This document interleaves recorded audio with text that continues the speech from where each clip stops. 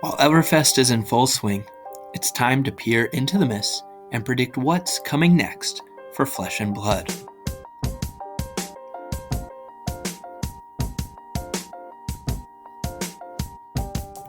That's right, one calling down, the first Pro Tour on the horizon. It's already time to make a prediction of what we'll see in the next cycle of sets for Flesh and Blood. Let's get right into it. I think the next set for Flesh and Blood will take us to the jungles of the Savage Lands.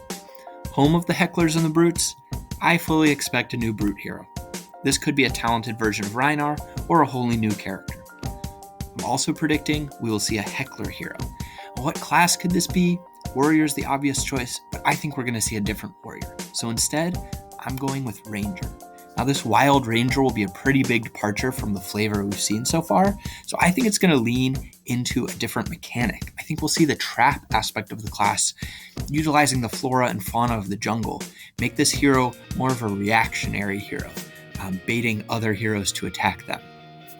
I also considered Ninja, since Hecklers have the ability to dash in and out, but I think that's going to be saved for the next set. Now, ever since I met the card Arg Smash, I've opposed Brute and Mechanologist.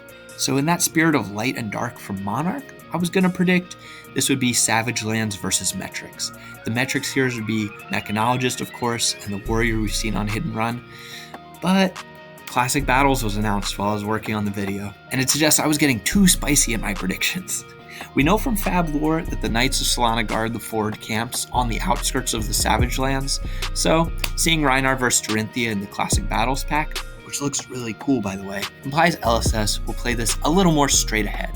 And so, I predict the Knights in these camps will be represented by a warrior. Could be Dorinthia, could be another Knight, maybe one from her party in the lore book. I think there will be one more hero representing these camps. Now this could be a merchant, and again, this is backed by lore, but we just got one of them, and I think they'll stay confined to supplemental sets for now. Instead, I think we'll see a new class, one who the merchants sell to, the Alchemist. Now this will also utilize the flora and fauna of the jungle, brought back by mercenaries and adventurers, and they can take advantage of all the items from Everfest. I did want to mention I was originally going to make the extra spicy prediction that will be introduced to a different new class, the Cleric, keeping folks safe and healthy on the edge of the Savage Lands. But as I said, LSS is playing this a little more straightforward, I think, and I'm trying to get at least one of these predictions right. Also, clerics aren't mentioned in the lore. It's possible that the scholars are the light clerics, but all that remains to be seen. So let's move on to set number 2. For this set, I think we will journey into Mysteria, home of the ninjas. We'll get to peek through the veils of mist and see the arts and houses of this region. And I'll make the easy prediction that we'll see a ninja hero. While it might seem too similar to the ninja, I think the spicy new thing is going to be the assassin class. This fits the lore of the region, and it gives an antagonist for all the clan ninjas that we already know. Finally, I think we'll get a new illusionist. I think this will be one region, 3 heroes, following in the glacial footsteps of Tales of Aria. Finally, the supplemental set, the last set of the year. While I love the carnival vibe of Everfest, and I would love to see a Mysterian festival, I think LSS are going to switch it up on us. I predict this will be a story set, and it will center on an inciting incident that pushes Wraith over the brink it has been balanced on into war.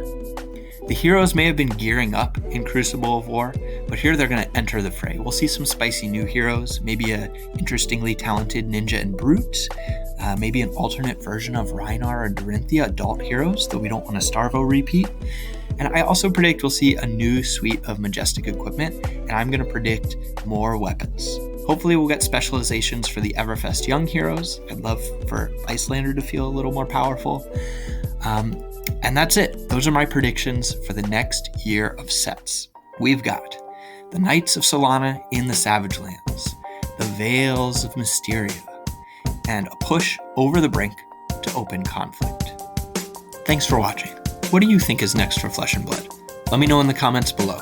And we'll check in after all 3 sets to see if I got anything at all even close to correct.